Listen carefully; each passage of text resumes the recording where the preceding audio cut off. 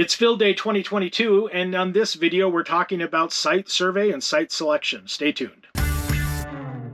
Hello, my name is John W7DBO, and this is the Field Radio channel. Thank you for clicking and tuning in. And in this video is continuing our Field Day 2022 prep, talking about our site survey and our site selection. So I did a recent survey on YouTube and found that 46% plan on operating with a club, and then the other 26% or so plan on being on their own or with friends or family, and then another 26% plan on operating from home, and then there's some other options that are lower. So with that, now if you're with a club, they've probably already selected their site and everything is already ready and permitted to go.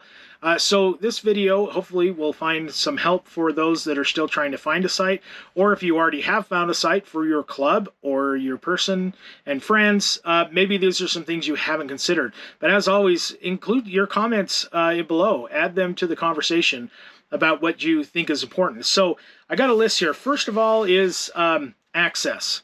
So think about is it complex driving directions? If you're trying to tell friends or family or other club members where to go, is the directions pretty apparent, or you got a high likelihood of people making a wrong turn and getting lost and then they go down a wrong road and get stuck? So how complex are your driving directions? It may be a great site, but it is a little too complex to get to for people that have never been there before. And then low clearance vehicles. So a lot of SUVs are still low clearance, even though they're four-wheel drive. So what's required to get in? Might be a great site, but if it requires high clearance 4x4, you're going to have lower participation. And then also, of course, this year, the cost of fuel. Maybe a great site, but if it costs a couple $100 to get there and back, it might not be worth the location. So think of things closer to home. And then also for now, let's go into site considerations. So first of all, is there a permit required for the site? Do you have to reserve the pavilion? Do you need to reserve the campground or the group site? Or is it typically in RV World boondocking, where it's just open camping on, say, BLM or National Forest land? And so what are the access hours that you're allowed to permit? If you are there at a pavilion in a park, that reservation for the pavilion probably ends at 10 p.m. unless you have some permission from the city or whoever's controlling that park to go operate overnight. And then even if you do operate overnight, we'll talk about a little later, noise considerations for those around your park. And do you have exclusive access to the area? You may have a pavilion, you may have your campground, but that nice field that's all grass next to you and you plan on putting up that beautiful Yagi mast, do you have exclusive access to that field and you can control and stop people from going into the fall zone of that tower? Typically in parks, that's not the case when you rent a pavilion. So you have to kind of work that ahead of time. And then overhead transmission lines, always look up. Going into pavilions, there's usually some type of line that's strung over to the pavilion to give it power, and there's also just regular overhead transmission lines, so keep an eye on those. Lighting. You may have gone over and done your site survey during the day and found it to be RF noise quiet, but then you go at night and you don't realize that light you can't turn off on that pole is really, really noisy. So always look at lighting and its potential noise.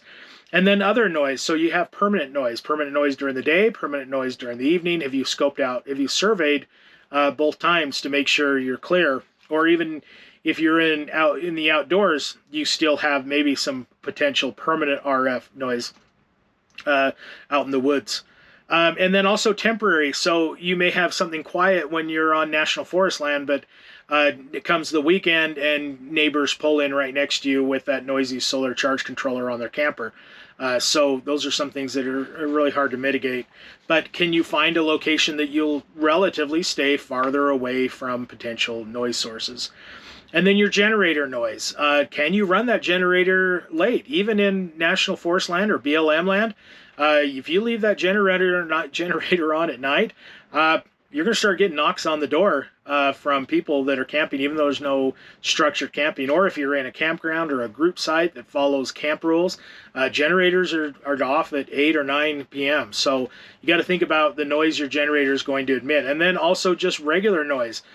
Can you operate in a tent with a loudspeaker, or are there neighbors in organized or unorganized camp going to be coming over to you? Or if you're in a park, are you going to start getting police complaints from people that are living next to the park, complaining about all the light, activity, noise going on through the night when typically the park closes, say, at 10 o'clock? And then think about fire considerations. We're in the West here. It's dry. It's a great site, but when you start pulling a whole bunch of vehicles over the brush grass, are you introducing a problem? Where's your generator going to sit? Where are you going to refuel your generator? And you're going to, take precautions so you do not start a fire because of your being there. And then weather. So we're getting in a wet spell right now. That's what's kind of rocking this trailer around. It's a little windy right now. The place may be nice and fun with good weather, but man, when it starts raining or gets cold, it may be miserable. I've had field days where it snowed on me, and that was a little bit miserable, I have to admit. Just think about how can the weather change the site for you? Does it get muddy? Does the road get impassable? Does the parking lot where you plan on parking all the vehicles in the field, does that become a muggy mess in rain, and then now all your vehicles are stuck or you can't get vehicles in? So think about, how does the weather change your site? And then the last thing is it a comfortable site? You may have a really good location that has really good transmission, receiving, but it's just not comfortable. It's kind of a terrible site. Family and friends come up. There's no place to play. You're kind of in a miserable place. That's not fun. And before goals of operating, it's get on the air, stay on the air, be an effective communicator, and have fun. Well, if you're not having fun, you're certainly not going to be an effective communicator, and you're certainly going to have a hard time convincing your family to come up next time if you make it a miserable event for everybody. Okay, so that wraps up site considerations. Let's go on to mast and antenna footprint. So realize that anything you put up, you're liable for if it unexpectedly comes down. So if you have a 10 meter, 32 foot mast that's guyed out, just draw a circle 32 feet around that mast. Anywhere that mast can fall, you're liable for it coming down. And these are temporary structures, not certified structures. So you do have the potential. So you need to be able to cone off and secure the area. If your site, you cannot guarantee that you're going to be able to keep people out of the fall zone, then you got to reconsider your site. And then lastly, just because you keep the public out of the fall zone, don't put yourself in the fall zone.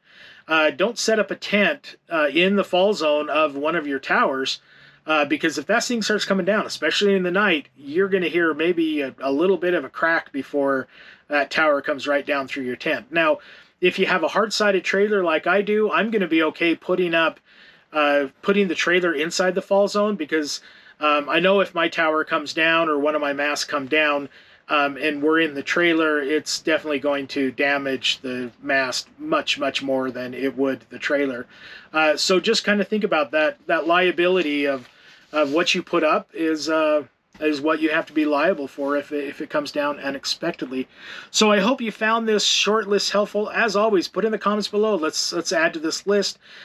This will help making another video next year and updating it with all of your considerations and great feedback. So with that, we're getting excited. It's getting closer and closer to field day. I'm out in the trailer, just starting to get things put together, starting to get the pack list together. So as always, get outdoors and let's get on the air.